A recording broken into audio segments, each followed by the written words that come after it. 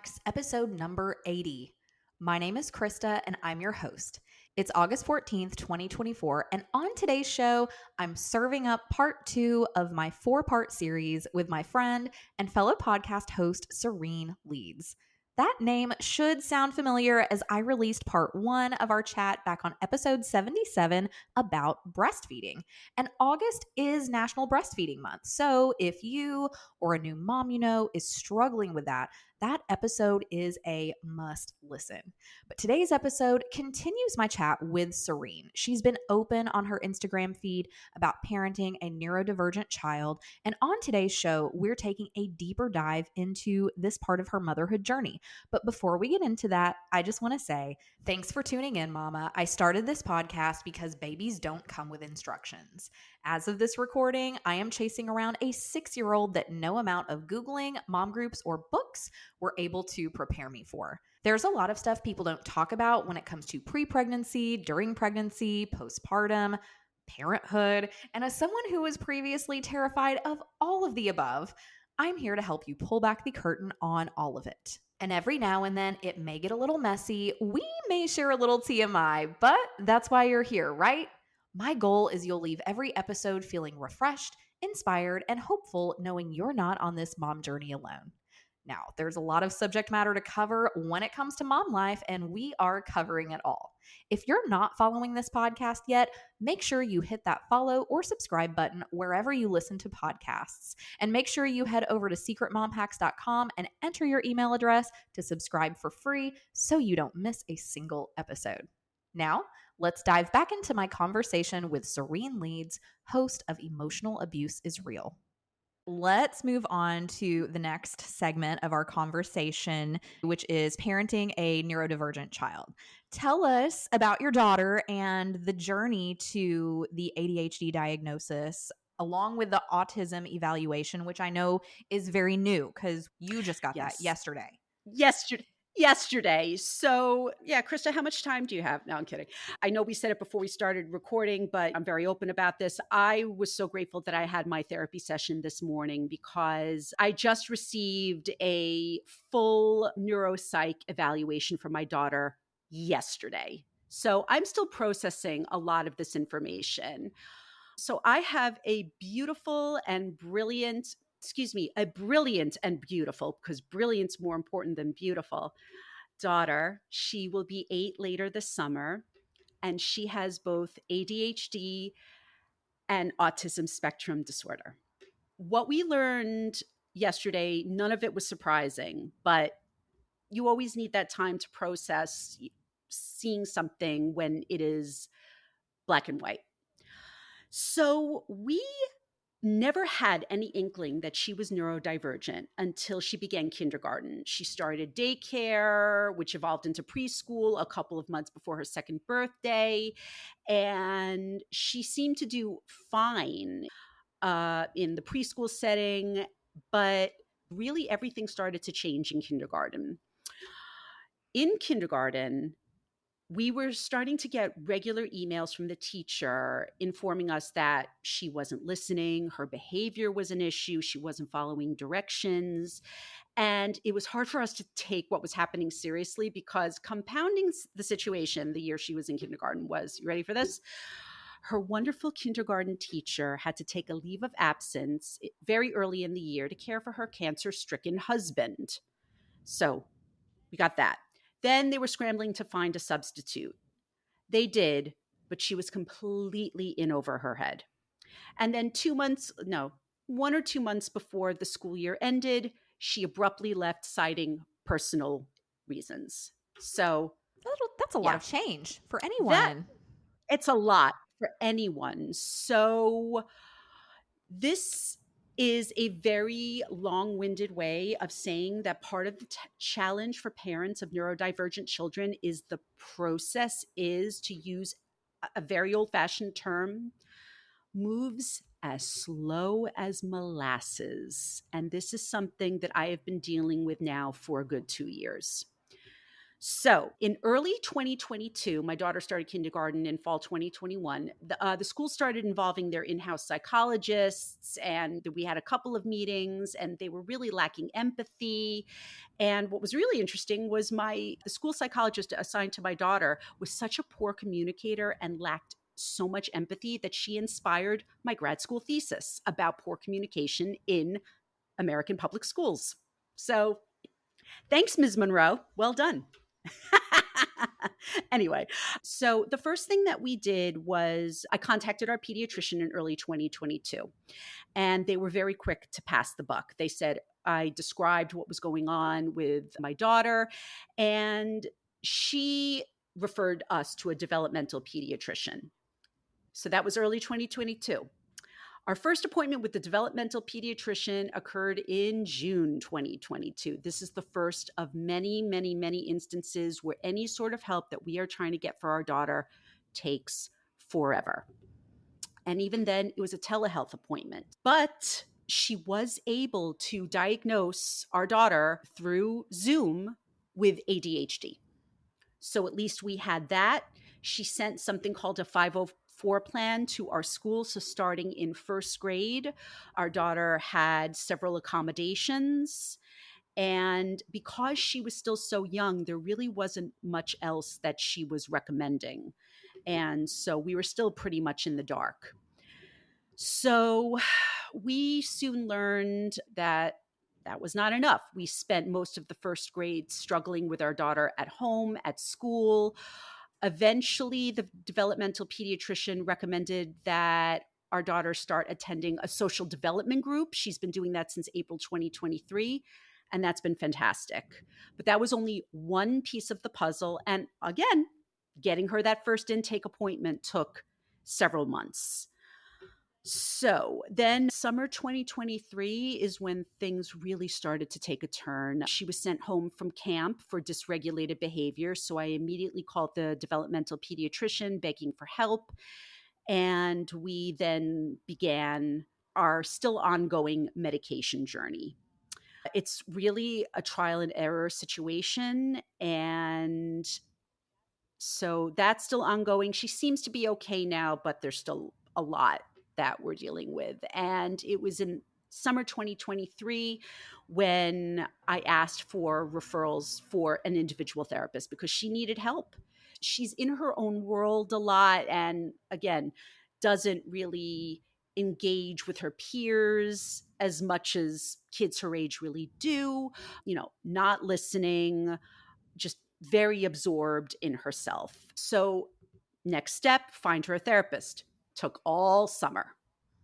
The good news is she's been seeing a phenomenal therapist since fall 2023. Fall 2023, she started second grade with a wonderful teacher. She was attending her social development group. We are still trying a few different medication options. By this time, the developmental pediatrician was more involved. That was really what we were waiting for. As soon as the kid gets on medication, finally the developmental pediatrician gets more involved because she was like barely seeing her. So that was frustrating.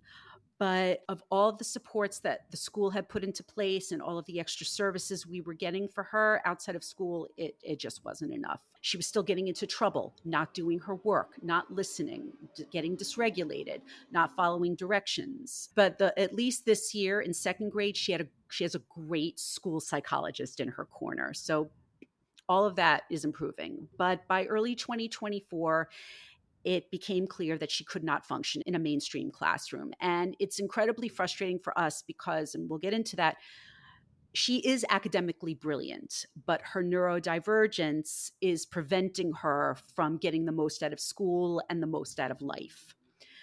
So the school did a full evaluation. And that culminated in a special education committee meeting. Now, this is where things get even more frustrating for parents of neurodivergent kids. The evaluation report was only able to say that she met the criteria for the autism spectrum. They could not officially diagnose her or tell us what other services she needed.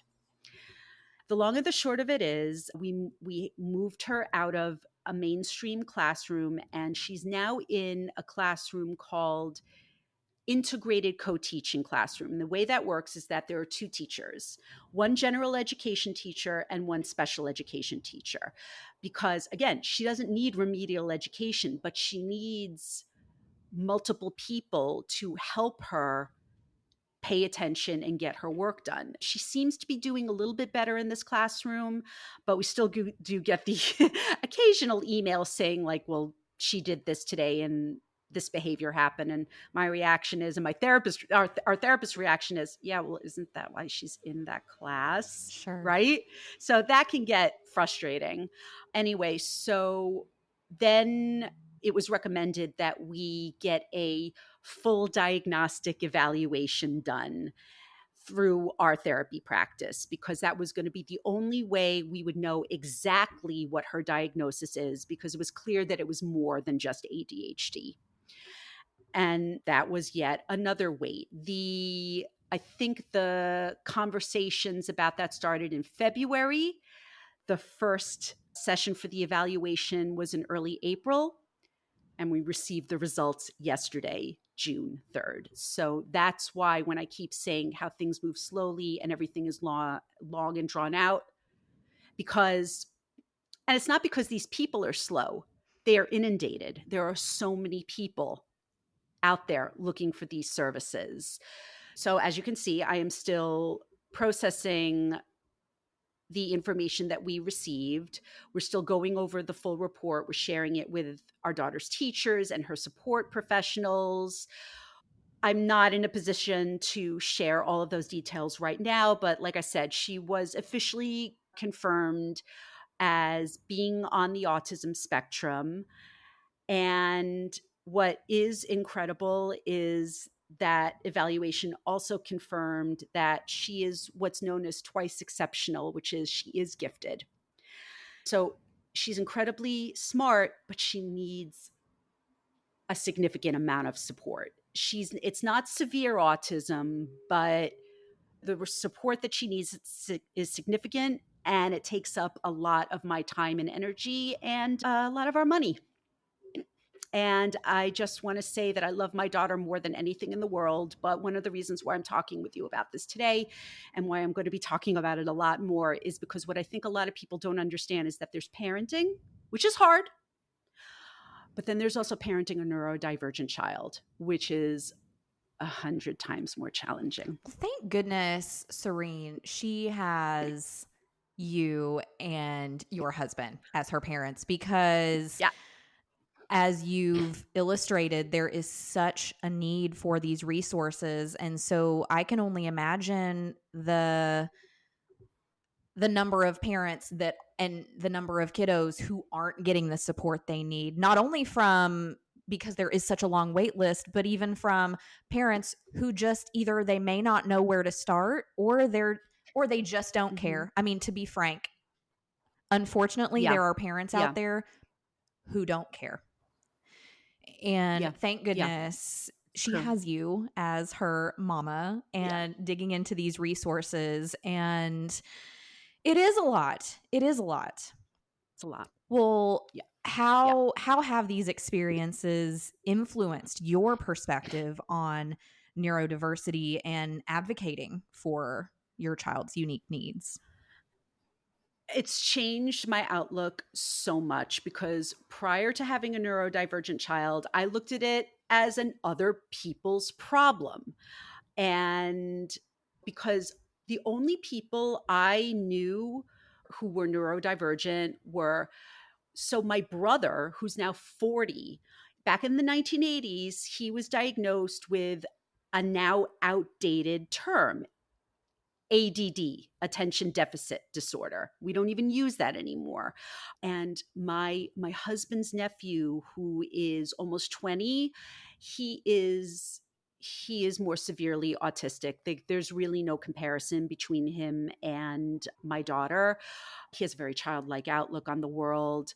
But what I have been learning over the past few years is that there's a reason why this is called an autism spectrum, because every case is different. And My goodness, is the spectrum broad. I love going on social media and finding autistic TikTokers and Instagrammers so I can learn more about their experience and to try to better understand my daughter's brain. Because here's the thing, Krista, talking to and communicating with my daughter is like, it's like speaking two different languages. She can't always understand basic directions, and I can't always understand her thought process.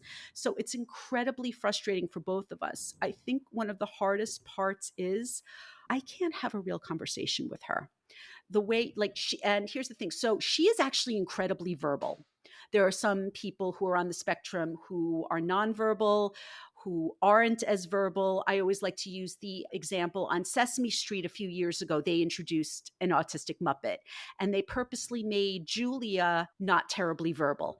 That's great. My daughter is the opposite. Her language skills are superb, but all she wants to do is talk about her interests, not anybody else's. Now, the good news is one of her current obsessions is this, what is she, like a singer, songwriter, Taylor Taylor Swift? Swift? I think I've Taylor heard of Swift. her. Taylor I think Swift, yeah, so. yeah, yeah. So, yeah. So that, but even still, she's just like so keyed in to the costumes and this Easter egg, and she doesn't really, she's not interested in what other people want to contribute. She just wants to talk at you. So it's very hard. And so I've become a lot more passionate about this topic. As you can see, I'm actually really fired up now, and I really want to start pitching articles that help raise awareness about how unbelievably hard it is for parents of neurodivergent children. And, I'm going on podcasts like yours to talk about it. There are many subtopics that need to be discussed, like how insanely expensive it is to get a diagnostic evaluation. It costs thousands and thousands of dollars. And I don't know yet how much my insurance is going to cover it. But this evaluation needed to happen. But again, I know my therapy practice is going to be submitting the claims, but this is also the American healthcare system, which we all know is broken.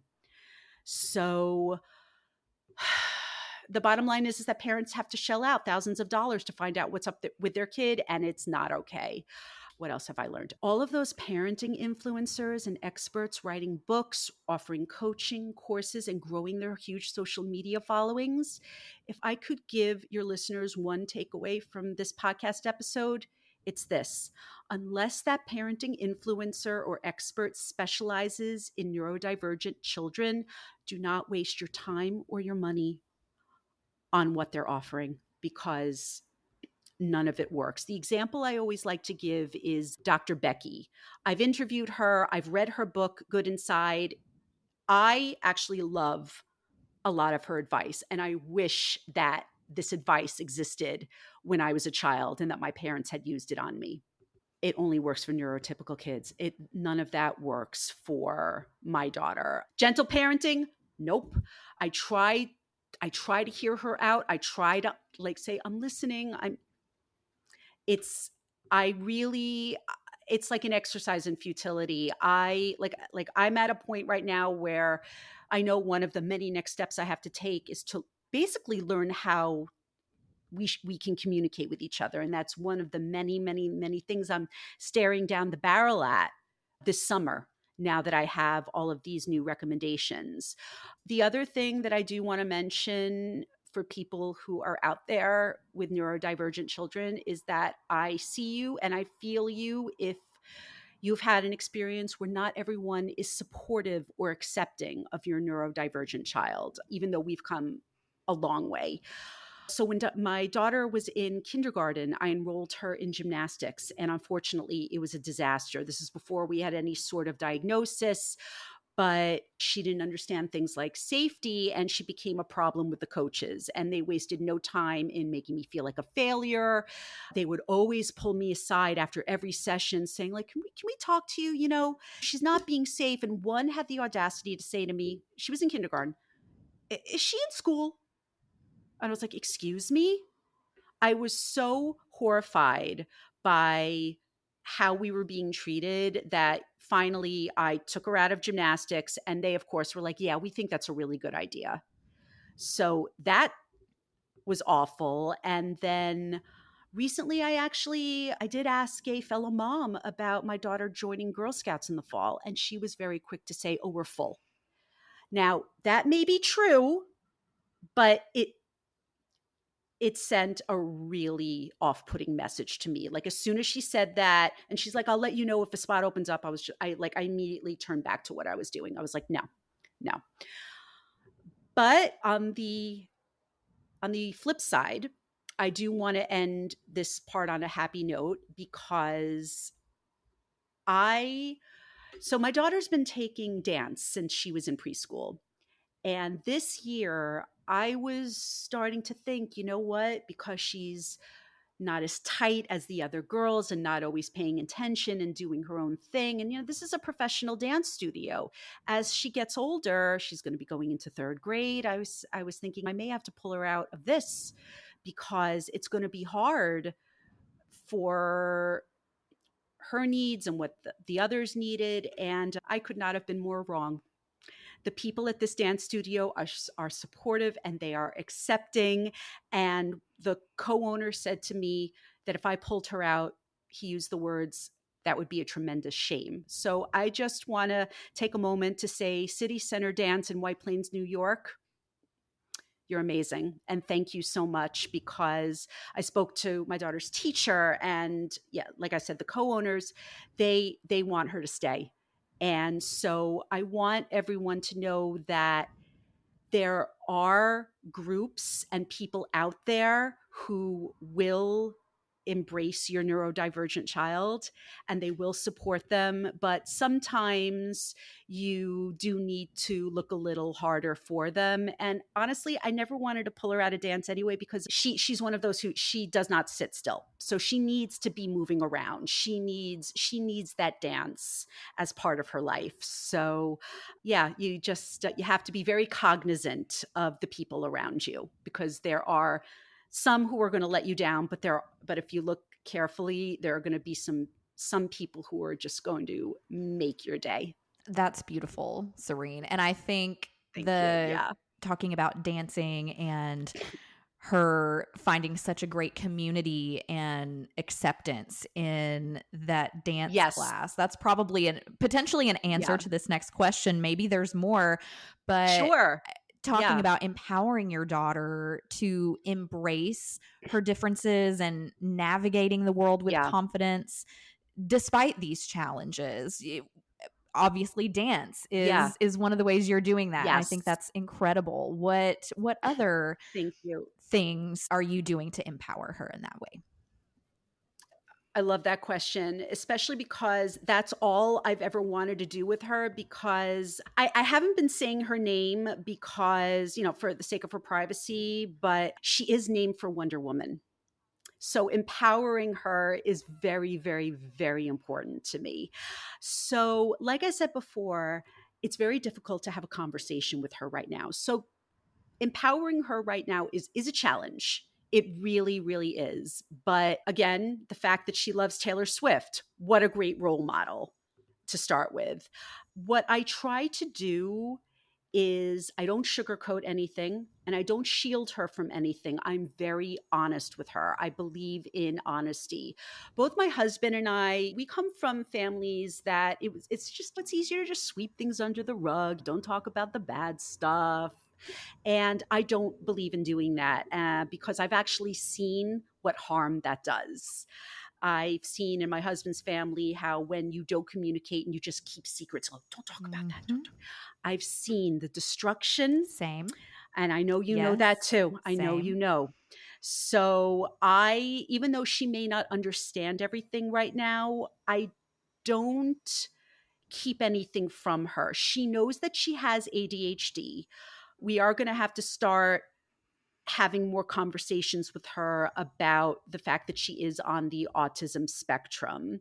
And so, and also just what fascinates me about her is that she does know in some ways what's happening with her brain. Like I'll ask her like, well, why didn't you do that? Why did you do that? Because I got distracted. And that's what I love. So open language and open communication is so important.